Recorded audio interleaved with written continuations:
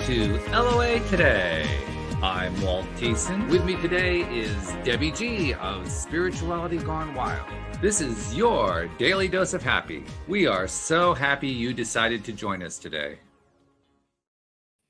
And our friend Neo Positivity is off to Disney World with his daughter, so we're going to give him a pass on that one because, I mean, you got to take the daughter to Disney World. That's like a requirement of being a parent these days. But we'll carry on, and we're going to carry on in style because we have a special guest today. Her name is Zehra Mahoon. She's from Canada, and she has a very interesting backstory. She was brought up in a Muslim family, and she went through a very similar kind of spiritual growth cycle that many of us go through to get into these conscious creator circles that we're in. And we're going to find out all about it. But first, I'm going to say hello to my good friend, Debbie G. How you doing here? You're looking good today. Good. Thank you. Thank you. I'm celebrating Labor Day early for all of our beautiful warriors. And also just, we've had a lot of stuff happening with Afghanistan. So I thought, Labor Day is always just an opportunity for us to remember all of the people that step forward for us in this world and in our country and in all countries, all people. And I just want to ask that this weekend that we all take at least 1 minute of peaceful thoughts and share them out to everyone, period. Let's remember, that's all. So other than that, I'm doing great. I'm having a blast. Excellent. Love it. And when you mentioned Labor Day, that reminds me, I got to do that promo once again, because this coming Monday on Labor Day, we are having Bob Doyle from The Secret here on LOA Today. I mean, this is like so exciting.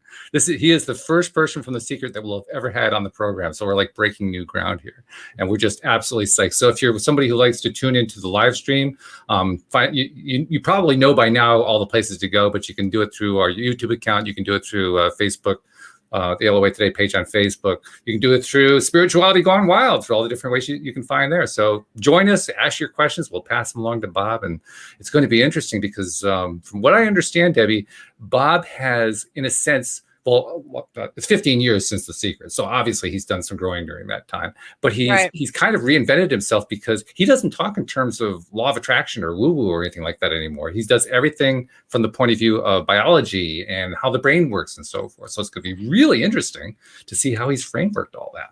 Really cool.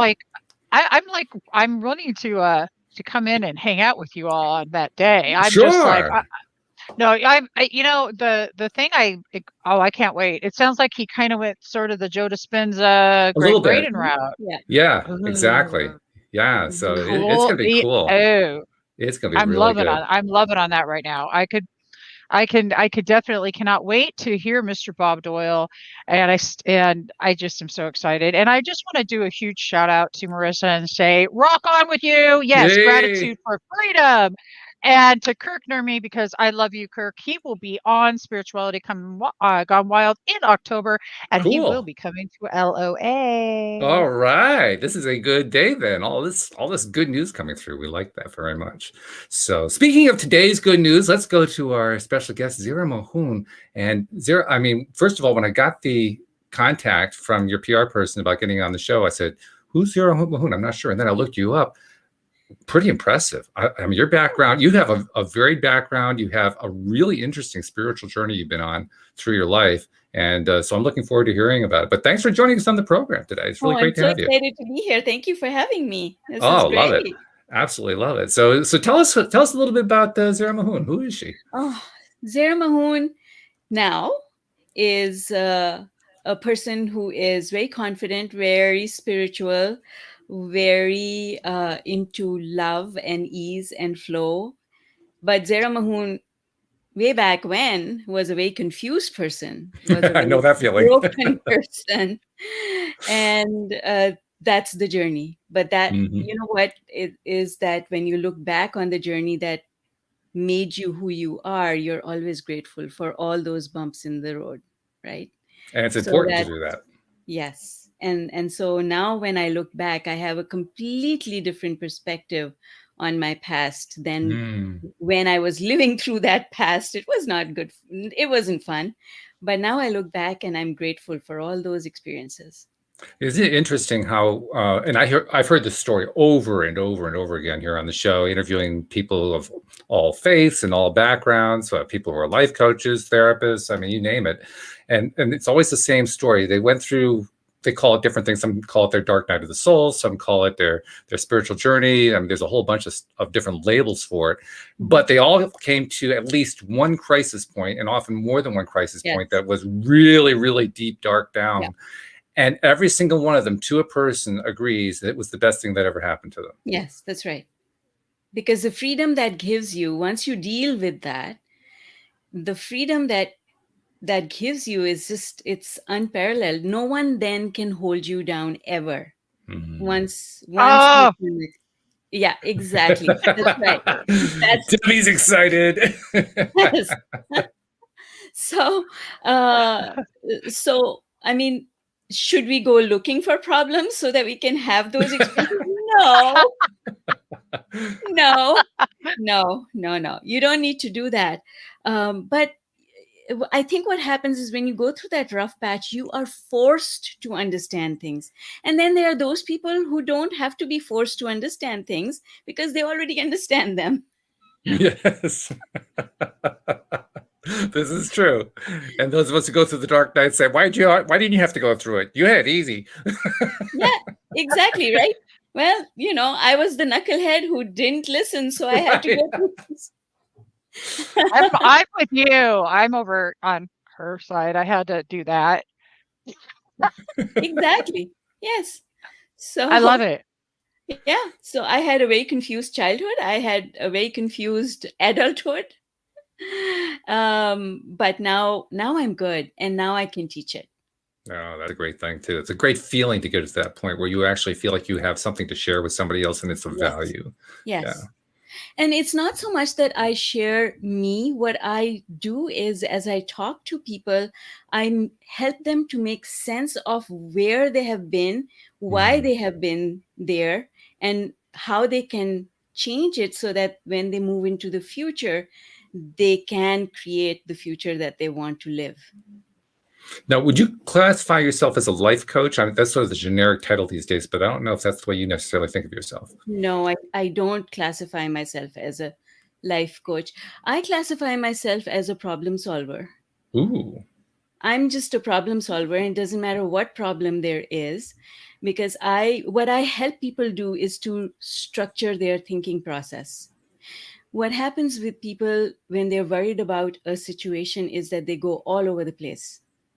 It's nuts. It's like spinning your wheels without any traction.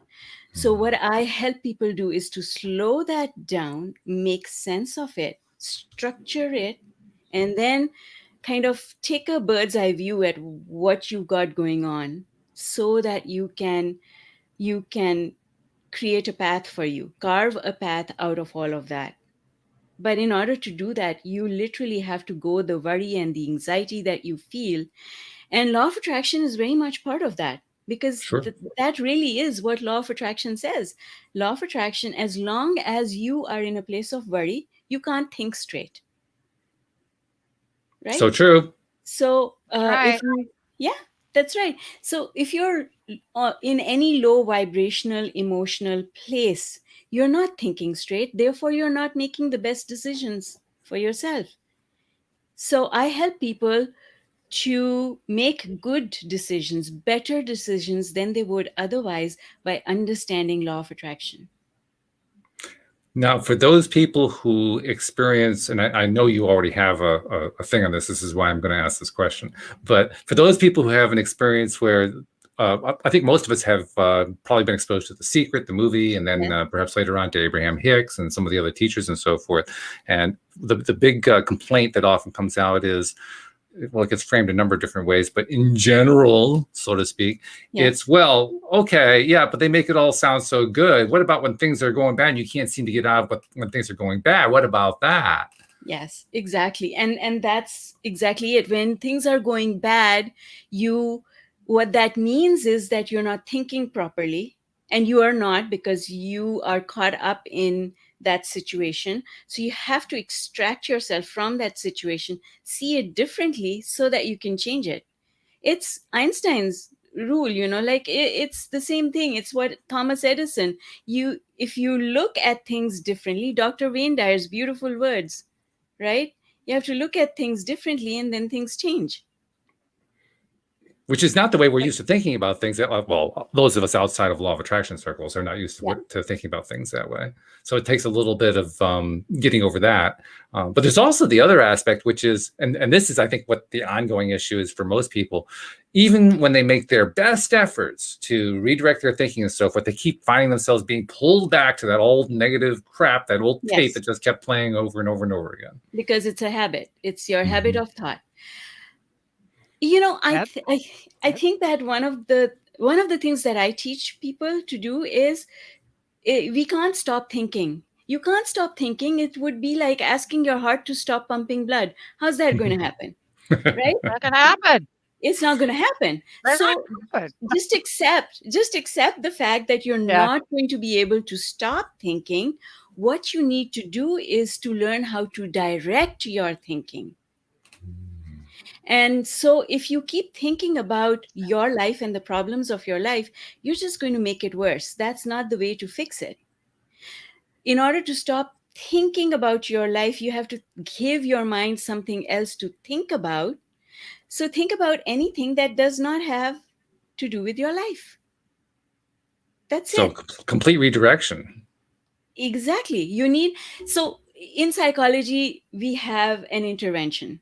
It's a pattern interrupt. You need to interrupt the pattern. So this habit of thinking that you were talking about, Walt, it needs to be interrupted so that we can turn the corner, take a U-turn. How do you interrupt that pattern of thought? Is by literally telling your mind, think about this instead of that. Yeah. And so my go-to is nature, because I don't have a quarrel with nature. I'm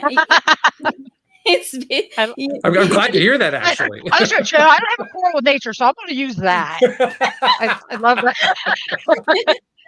But everyone else, stay away. Exactly.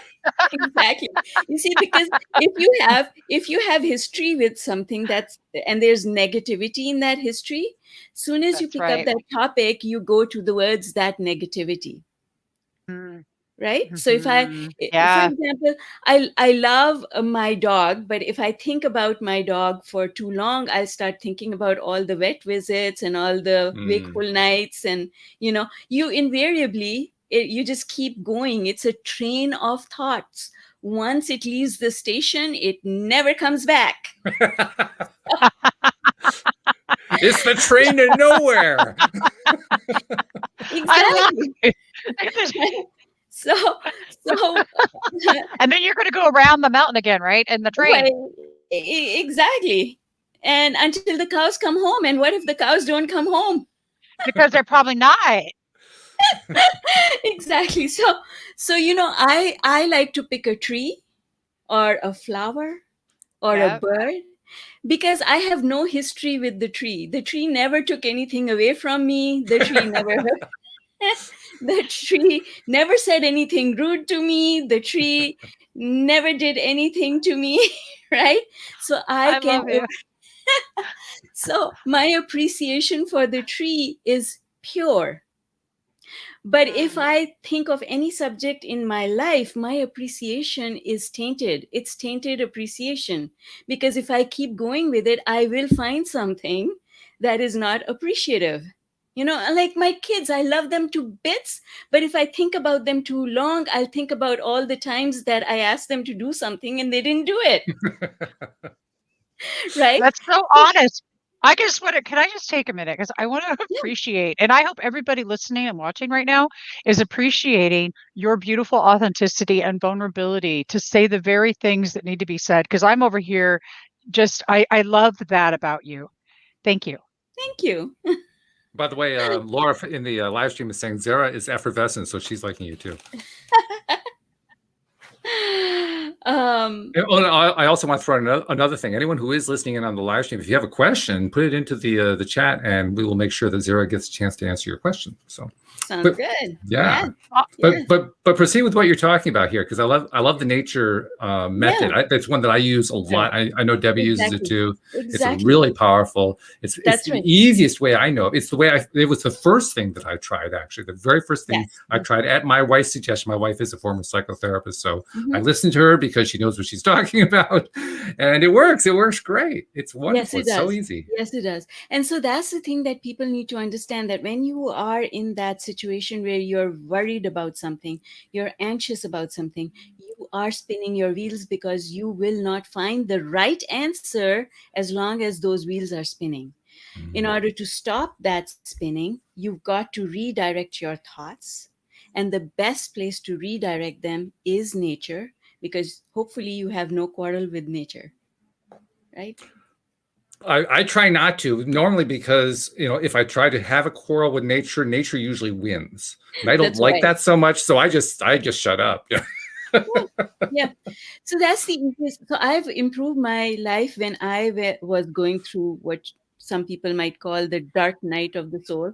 I did two things. I went for long walks and talked to all the trees, and the other thing I did was, when I realized that my thoughts were hurting me, my thoughts were the reason that I had created the life that I did not like living, I decided I've got to not think my thoughts. So I said, if I should not think my thoughts because my thoughts are poisonous, then I need to borrow someone else's thoughts. You got to do something to shift it, that's for sure. Exactly. So I went, and did not have Audible at that time, went to the library, was actually called to go to the library. I was driving past the library and I had this sudden urge, stop at the library.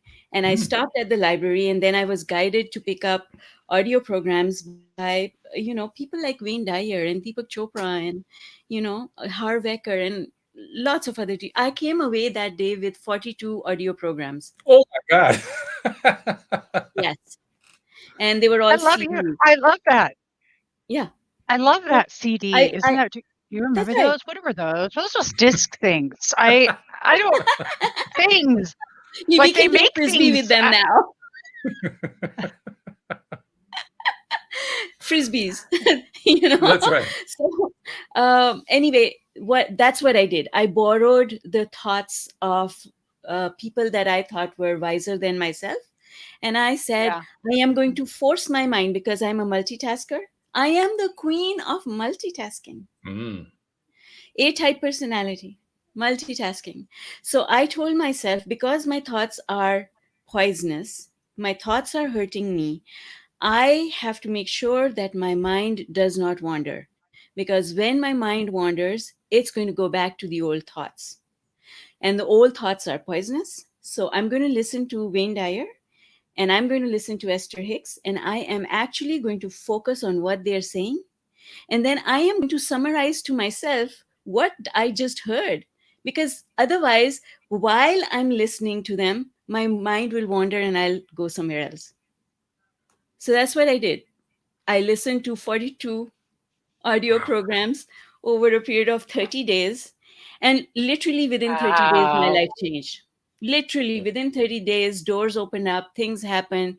Unexpected people showed up to help me with stuff that I needed help with. And things just shifted so massively, I can't tell you. And that was because while I was listening to other people, I borrowed their thoughts. I wasn't worrying about my own life. I wasn't thinking about my own life. Beautiful. Wow. Okay. Yeah. And by the way, I love the fact that you were binge listening before there was a term for it. I'm just, dude, like, right? Well, what I'm loving is like just your tenacity alone. I had no choice. Yeah. There's no choice. We don't. No. What's your option? People used to say to me when I had a great attitude, when I didn't even know where I was going to live at that point, it just, the outside perception to my inside was like, oh my God, how are you handling that? And I'm over here like, because what other choice in life do you have? We can face the most dire circumstances outside of us. but how that we're handling it and what tools we're using are vital. And I'm just loving how you dove in. She didn't just dive in both feet. She went whole body emergence, Yeah. and that's, to me, that's how if you're going to do it right. You Right. rock. I love that. Just do it. I didn't give myself a choice because I had no choice. I Yeah. didn't have any money, and I had to find a solution that didn't involve money. See? Yeah. Yep. Sure. So that was the solution.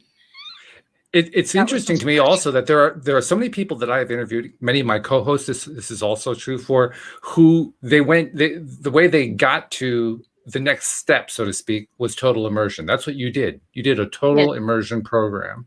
Yes. And the ones who don't appear on the program, I think, are the ones who, they're the dilettante. Do a little bit here, do a little bit there, that kind of thing. That's a big constant that I see in a lot of people that I've talked to. The ones who really are serious about making the change, they dive in. They don't just put their toe in the water. They just dive right in. You have to reach a point where you don't give yourself a choice because it's too important. Your priority. And I'll tell you that binge thing is total immersion is what creates momentum. When Yes. once you have momentum, the thing that you create momentum with becomes self-propelling. You see? Mm-hmm. Like you push a car, it can keep going even though you stop pushing. Put a child on a swing. In the beginning, you have to work really hard to push it, but once that swing starts swinging, it's just a tap on the back. You just stand there and tap, and the swing keeps going back and forth, back and forth. So a lot of people give up in that early phase when a lot of work is required. They give up because of a couple of reasons. One, they want to see immediate results. And unfortunately, with this kind of stuff, immediate results cannot be had. You just have to trust that results will come, and then they do. So, one of the, people give up too soon. It's like you plant a seed, and then the next day you water it, and then you pull it out to see if it started sprouting roots. Like plants don't grow like that. Not Right? very long anyway. No, you kill it, right? But that's Hey, literally what you do. If you take score every day, you kill the plant. You kill that seed because you keep pulling it out. That's a good way that to makes describe it. I love that, actually, because it makes total sense. And the fact is that in our world and society, we've gotten used to this instant gratification. I mean, Instagram, it's like everything's instant. Mhm. And it's so important. What is happening here is the entire universe has requested that we all slow down. So I love this because in this slowing down and really immersing yourself, you are able to really shift things for yourself. Yes. And I'm loving this. How did your relationships change in your life when you started on this journey? Because I know what happened. I had a lot fall off, but I had a whole giant world open up. Yes. So what has been your experience? Very similar to yours, but I want to add a little bit of detail. In the beginning, when I started this work, I became scared. I became scared of other people because I was not stable enough in my own vibration. And listening to other people would create a wobble for me. I would lose my Mhm. balance because I didn't know what to say to them. I didn't know how to process what they were saying to me in a manner that Right. would not hurt me. So, in the beginning, when I did the work, I withdrew. I didn't want to meet the people that knew me too well, because when people know you too well, they ask difficult questions. They ask difficult questions about, oh, what about that problem you had? Have you done anything about that? Oh, that man who was in your life, where is he now? Right? Don't you love those? I just love. You know what? Do you know what I say now? I say, vibrationally not matched. Why, yes. And they look at you like you're, huh? Yeah, I mean, seriously, exactly. That's right. what Yeah. happened to you? Oh, it's on a vibrational match. A what? Yeah, exactly. Right. When So at what point did you lose the need to explain yourself? it took a while. Wow. It took a while. It took a lot of self-talk. It took a lot of soothing myself. It took a lot of giving up performance anxiety, because that's what it is. You think Mm. people are watching you and evaluating you, and you have to give up that train of thought. I don't care if anyone's evaluating me. I don't care if anyone's watching, right? So I grew up in a culture where I felt like I was under a microscope all the time, because Yeah. I grew up in a very small city where my family was very well known. So if I was at a coffee shop, somebody would see me and report it back, right? So, Oh, wow. Zehra was at this coffee shop at this time of day with this person. Oh, that had to been that I'm imagining that was not easy to go through at that time. No, it was not easy. It was not fun. There's no freedom in that, right? No. So you develop this performance anxiety, and you start seeing yourself through the eyes of other people. You start wanting to act like you're perfect, and you feel broken inside, right?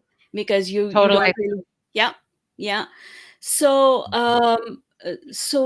you have to give up that way of thinking, because what I've discovered and what we know from all the stories that we've read about people who have come through adversity is that freedom is in your mind. It's not out there somewhere, right? Which is not. Can I jump right in. Go ahead. I have to tell you, you excite me. You do. She just excites me. I interviewed Billy Hayes from the Midnight Express, and he was in a prison in Turkey. And I have one-on-one privately spoke with him. What you just said is the truest statement in the entire world, and I get chills through me. Your freedom is in your mind. You could be in lockdown in a Turkish prison and still have freedom. Yes. That is probably in fact, I think that right there is such an important thing to even bring to the table. Thank you.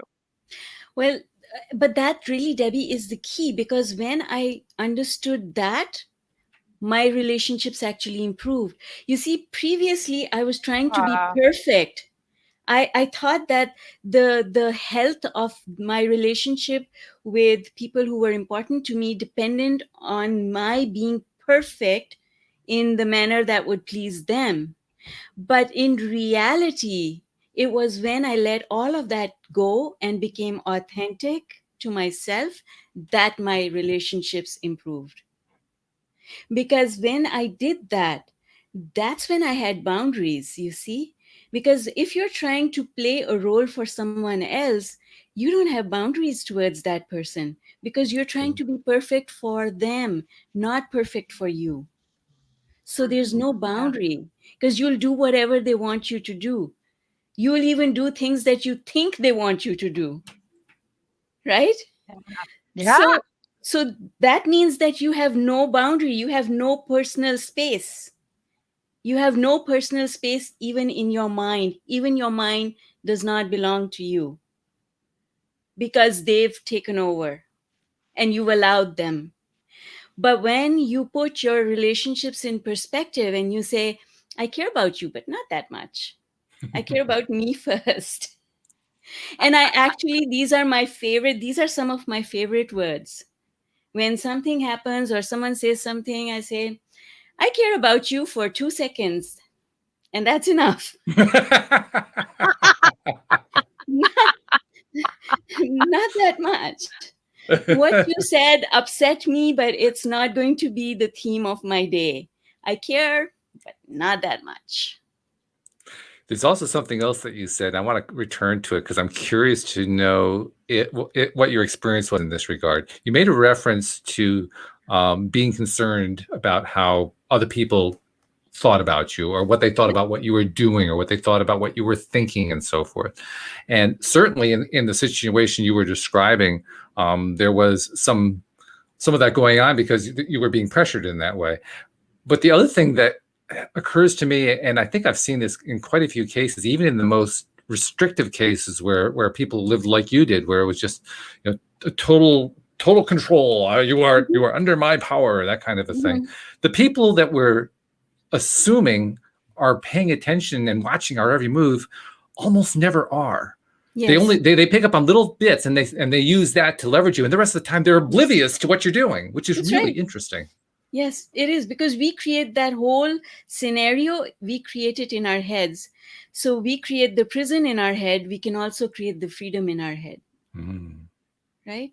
There are two sides to the coin always. Yeah. And you can decide two sides which of the coin. side. Yeah. Oh, I hope you guys all I hope this is soaking in. There's two sides. You control your brain. Yeah. Wow, we get to control what it's just beautiful. So many people are just going around just, they talk about the only zombie syndrome we have is not being aware to be aware. And once people become aware, it's like, oh, I have a choice. And I think that what I'm hearing you really come across with here, and I'm loving you for this, is reminding people that they have a choice. They can be imprisoned by their thoughts, or they Yes. can be freed by their thoughts. Which do they want to choose? Let's talk about some more tools, because I'm really just, I'm loving what you're bringing here. This is great. And I took a minute to look you up, and you've got quite a lot of books too. Yes. Yeah, no kidding. Y'all just need to go look at Amazon and Google this young lady. She's got all kinds of good stuff. Oh, I was just like checking some of them out. I mean, really. But yeah, I would love to give the audience some more tools that work for you in doing that very thing, which is shifting our mindset.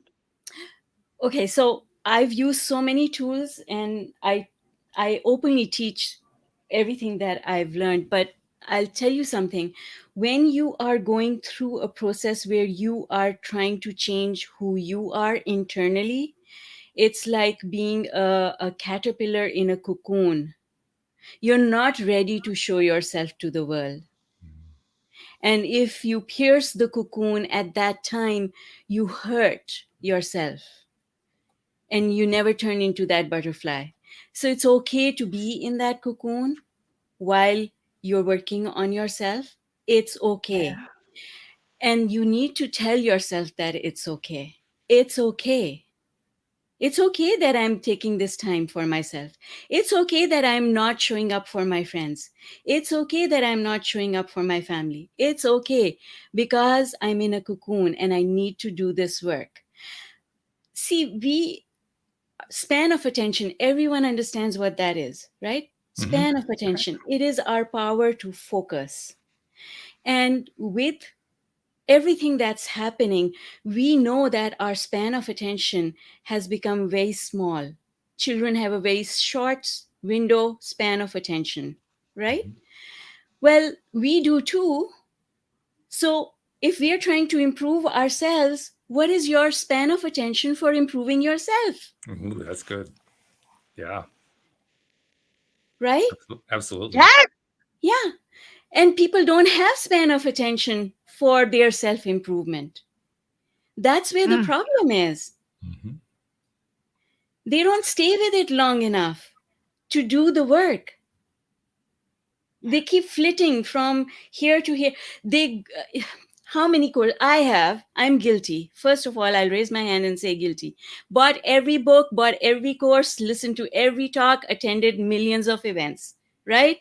Yes. But never, okay, so every teacher has something concrete to offer, provided you control your span of attention and focus. Do what the teacher is telling you to do. Read the book and put it on the shelf and on to the next book and on to the next course. You haven't really allowed yourself to absorb the material and then put it into action. So you can make a career out of reading books and taking courses. Nothing will change.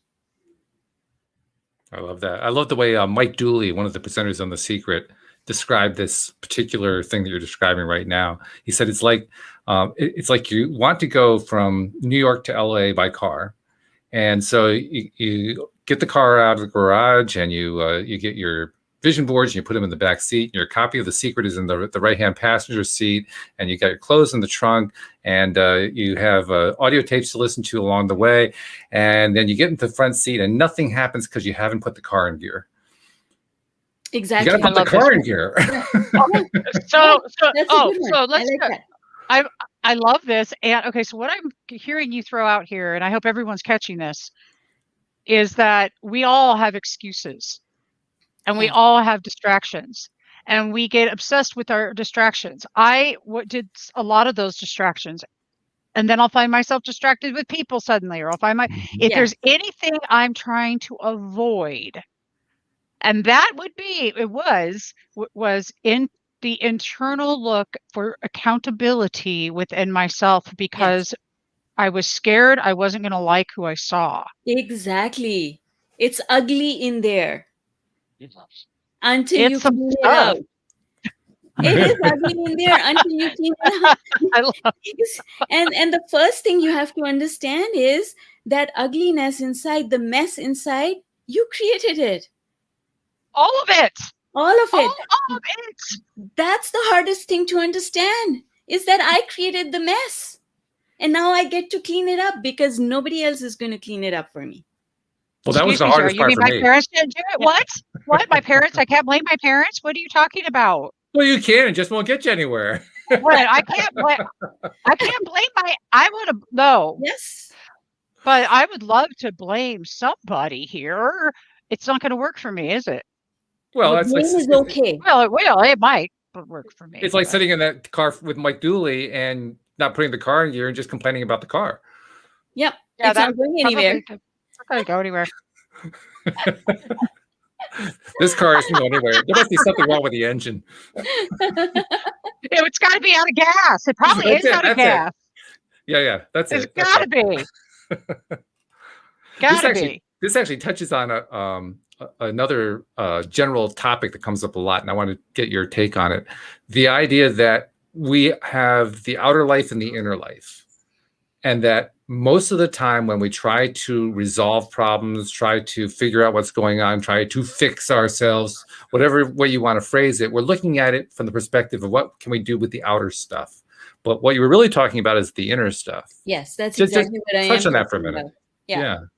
And so you do have to withdraw from the distractions, as Debbie put them, for a little bit so that you can focus on yourself. Cocoon yourself, focus on yourself and do the work. Get the work done that you know needs to be done, because in your heart, you know what needs to be done. And the strategy that I utilized in order to do it, because I mean, I have 2 kids, 2 cats, and a dog. Where am I going to hide? Right? I actually have to go into my car to meditate so that nobody interrupts me. Oh, okay. So no excuses. Boom. No fear, no excuses. She's a rock star. If you go into your car to meditate because you're just like, I know I got that, but I'm doing this and nothing's going to stop me. You're exactly, a badass. Right? Yeah. Yeah, straight up. So the thing is, what I learned to do was that my self-talk, I developed a definition of authenticity for myself that worked for me. And I noticed that most of the time people say be authentic, and to them that means I am going to think what I think and say what I think, and I'm going to do what I feel like doing, and I'm not going to care about anyone else. But what they forget when they behave like that is that part of being authentic is being authentic to who you are, and you are love. You, at your core, you're love. And so when you're uncaring about people around you, that's not authenticity at all. Oh, no, it's not. I agree with that. So, because if you have forgotten compassion and empathy in the journey And I think that when we do that, is it safe to consider we might have forgotten to be empathetic and compassionate with ourselves? What do you think? Oh, absolutely. Absolutely. So And the I definition, want to stay on that point for just 1 second too, yes, because and you made reference to being perfect or feeling like you had to be perfect. yeah, And there's kind of you mentioned the two sides of everything. yes, Here's the other side of it. The other side yeah, of being perfect yeah, that so often fall into is we are tougher on ourselves than anybody else. yes, We're not as tough on our father, our mother, our sister, our brother, our daughter, our son, our cousins, our friends, as we are on ourselves. We beat the crap out of ourselves. yes, that's right. That's right. So you go into the bathroom in the morning and you say, "Oh, you look like crap," right? Well, Instead of saying, that Yeah, sets you up for yeah, the day right there. you know, "Good morning, beautiful." What, like, why wouldn't you say that instead? Mm. Right? Two sides to the yes, coin. Yeah. I look at, I do now, I didn't before, but now I look in the mirror in the morning and I say, "You're going to have a fabulous day. You are Mm. amazing. You're beautiful. You're going to have an amazing day." But because that's how you would greet a friend. If you were meeting a friend, yeah. would you say, "Oh, your day is going to be terrible"? Well, not if you want to keep the friend. Exactly, right? You look like a mess. Look at you. You look like a mess. You're going to have a terrible day. No, you don't. Well, then don't say it to yourself either. But you know what, Walt? You're absolutely right. That was the strategy that I arrived on. I decided that authenticity meant what I say to myself. Not it's authenticity to me is not about what I say to other people. Authenticity to me is what I say to myself. Mhm. Yeah. Being Okay. authentic means I need to acknowledge my feelings. See, authenticity doesn't mean lashing out because I'm throwing a tantrum. Authenticity is I am throwing a tantrum. I'm going to accept the fact that I am throwing a tantrum. I don't need anyone else to know about it because it's my tantrum. I need to deal with it. Mm. That's good. So That's very good. the truth that you have to tell is the truth that you have to tell you, not other people, because you created the mess. They didn't. You've actually already answered the question somewhat, but Marissa threw up a question. I'll bring it onto the screen here. So she's saying, just don't get too involved in trying to help other people, though, she asks. Well, my philosophy for Marissa for helping other people is that I will help as long as I don't have to feel that it's a sacrifice. Because when you're making a sacrifice, that's a negative feeling. When I help people out of a place of love, out of a Yeah, place of caring. The other side of that coin is sacrifice. When you sacrifice, you you start telling yourself, "Why did I do that? That was a sacrifice," and you look for something in return, right? that's Sacrifice, right. people who make sacrifices, they look for something in return. But when you give something out of the goodness of your heart, you don't care if anything ever comes back to you. Then you're happy. You don't look back on it. So yes, I will help people, but I will not help people to the extent that it hurts me. That's when I say no. If somebody says, "Zehra, come out and help me organize this event," and Zehra knows that her week is going to be destroyed by saying yes, Zehra will not say yes, Mhm. because that would be a sacrifice. I would be sacrificing my well being. So I tell myself I'm going to say no, and it's okay, because just like I have source and the universe helping me, guiding me, providing for me, so does that person. And if they are open to allowing the resources to come to them, then even if I say no, someone else will say yes, or another way will be found. Just because I'm saying no doesn't mean that I'm hurting that person, because we all create our own reality and nobody's Love taking that. anything away from anyone else. So I so this is self-talk, you see. You have to be authentic in your self-talk. In here, what are you saying to yourself? So when I say no, I make myself feel okay, that it was okay for me to say no. And the person that I said no to, they're not helpless, because each one of us has equal access to the universe. Each one of us has equal access to the resources of the universe. So I'm not hurting anyone. I can help when I can, but not at the cost of me. That's really good. I'm loving this. What I've heard you say to sum it up a little was that if you're being authentic to yourself, you're honoring you. You're honoring your needs. You're Yeah. honoring your emotions. If you need to go throw a fit instead of being a drama queen, Yes. like I've been in my life, do it by yourself and allow yourself the permission to do it. And I also and with compassion, but really the authenticity is the honoring of yourself. Yes. That's it. Okay. Don't tell And yourself a Mullenbet, lie. Don't tell don't yourself a lie, right? Don't well tell when you yourself a start, lie. okay, let's talk about lying. Okay. People lie because they're lying to themselves. Yes. And so they lie to other people because they don't want to be honest with themselves. Now, this is why I used to lie. I don't know why y'all used to lie, but I used to lie because I was completely full of shit and looked at myself and thought I was this thing that I wasn't this thing. Yes. I was just That's right.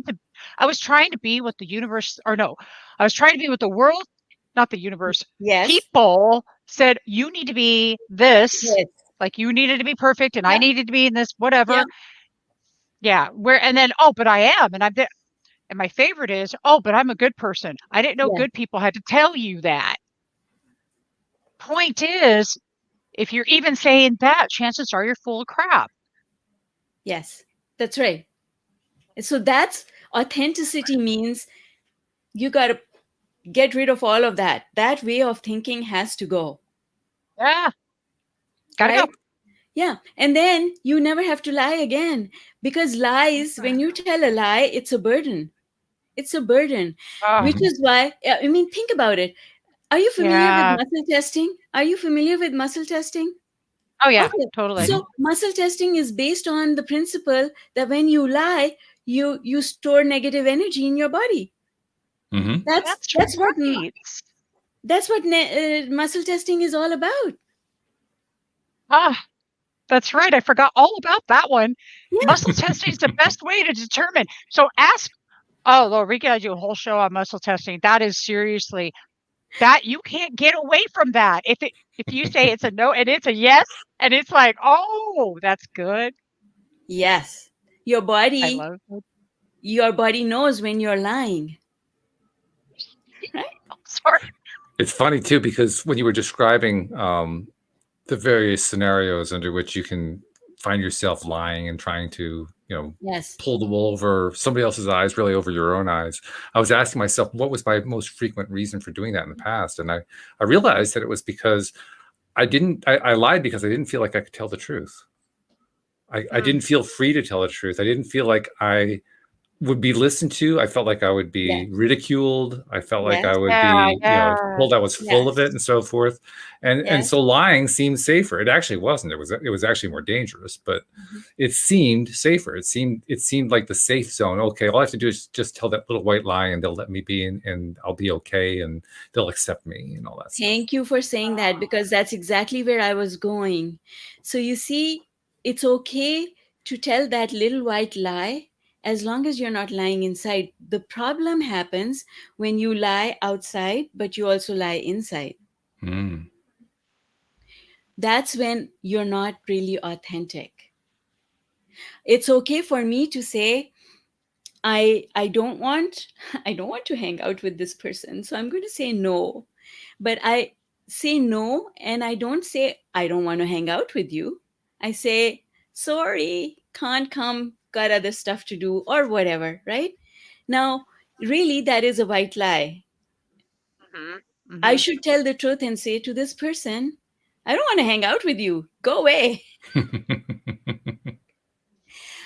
Right? But to me, if I do that, then I am not coming from a place of love. And at the end of the day, as with respect to other people, we must Yeah. always come from a place of love, and we must always come from a place of love for ourselves as well. So how do you make peace? You make peace by telling that little white lie, not really a lie, but packaging your response in a manner that does not hurt the other person, while you tell yourself the absolute truth. You tell yourself, I don't want to go. It's not the right thing for me to do. I care too much about myself, so I'm going to say no. Instead, what a lot of people do is they tell themselves a lie as well. They say things like, yes, I would have gone. And then they sit and they talk about it to themselves and they say, maybe I shouldn't have done that. I shouldn't have done that. That doesn't feel good. I shouldn't have said no. Yeah. I should have gone. What is that person going to think? And you don't need to do any of that, because when you do that, you are not being authentic. It's okay No. to say to yourself, I'm not going to do that. And it's totally okay. It's interesting when you're I'd talking love about to. this. Oh, sorry. Let me just throw this in, and we'll bring you in. It's interesting that you're talking about this, because I've actually been experimenting over the last, I'm going to say 5 years or so, with simply, not in every case, but in some cases where I feel particularly strong, simply telling the truth. So if somebody asks, would you like to do something, or would you like to be a part of something, or whatever, I simply say, oh, no, thanks. Yes. And I just leave it there. I don't feel Exactly. I don't feel the need to explain it. I don't feel like I have to Exactly. justify it. Say, oh, well, Yes. I'm doing the laundry. No, Yeah. I leave the laundry part out. It's just no, thank you. Yes, that's right. And No, you get thank you. interesting reactions when you do that. Sometimes you Yeah. get a pushback. Sometimes you get like Yes. this look like, well, what's wrong with me? Well, but then you just learn to come up with strategies to say no in a nice way that won't hurt the other person's feelings, but still say no. I'm not going to change my no into a yes so that you feel better, because I love myself as much as I love you. So I don't want you to feel bad, but I also don't want to um, downplay my own needs. I am important. I love myself. The strategy that I've used that actually has been most effective for me is to say it in a low tone. So instead of saying, oh, no, thank you, it's, oh, no, thank you. It has a different feeling. And for something, I don't know why, there's something about saying it that way that just kind of takes the other person off guard or something. I'm not sure exactly what, but I very rarely get any kind of pushback that way. Okay, I'll show you what I do. So that's a strategy that works for you. Absolutely. What I do is, when I'm going to say no, I'm using this as a scale for emotions. So Okay. in the middle here is worry, and down here is despair, and up here is love. So what I do is I just do a gut check, and I ask myself, if I'm feeling uncomfortable, that's somewhere over here. It's a negative emotion. So I'm feeling uncomfortable about saying no. That means I need to bring myself up here and say no from a place of love. And when I say no from a place of love, the other person does not conclude that I don't like them. And that's why I'm saying no, because I'm saying no from a place of love. So they understand that they are still loved, That's right. even though I'm saying no. Try it. This is my formula for being a spiritual parent. Say no. You don't have to say yes to everything your children want, but say no with love. That's And really then interesting. That's and really then interesting. yes, it's very powerful. I have done this, and Mhm. I can tell you that the dividends are huge, because think Oh, about it. yeah. If you have a spouse and they want you to do something for them, and you say, I hate you, I will not do that for you, I'm always doing things for you, go away. Or you can say, love you very much, got too much on my hands, not just now, can't do it for you. Mhm. Big difference. Because you see, before you say the words, your vibration has already gone to the other person. Your Yep. vibe has already been transmitted. So where do you want to transmit your vibe from? Here or here? Mhm. Because most of our communication is nonverbal. It's our vibe that communicates to the other person how we feel about them. And so this is why when you say no, or when you don't want to do something that someone wants you to do, always do it from a place of love, and it will never go wrong. You filled in the blank for me just now, because I described my method going low tone and so forth, and I just realized why it worked is because of what you said. When I go low tone, that is a place of love for me. There you go. Not when I'm in the high tone, it's like I'm in the contentious tone. When I'm in the low tone, I'm in the relaxed tone, and I usually have a smile on my face when I'm saying it. Yeah, there you go. That's it. That's the logic behind it, and it's a $1 million parenting formula. Or if you have a partner, not just parents either. I mean, any relationship, anyone. Yeah. So when you ask me how I fix my relationships, which I think is something that you asked me when we first started talking, this is how I fix my relationships. I understood that when I'm throwing a tantrum on the inside because I don't like what someone is saying to me, I need to soothe myself, resolve my tantrum, bring myself up to a place of loving that person again before I have a conversation with them. That's good. I love that. And what I'm appreciating is this. It's the airplane theory. You put the mask on yourself before you put it on anyone else. That's right. Yeah. But to self-nurture and self-source, self first is not selfish, is the whole point here.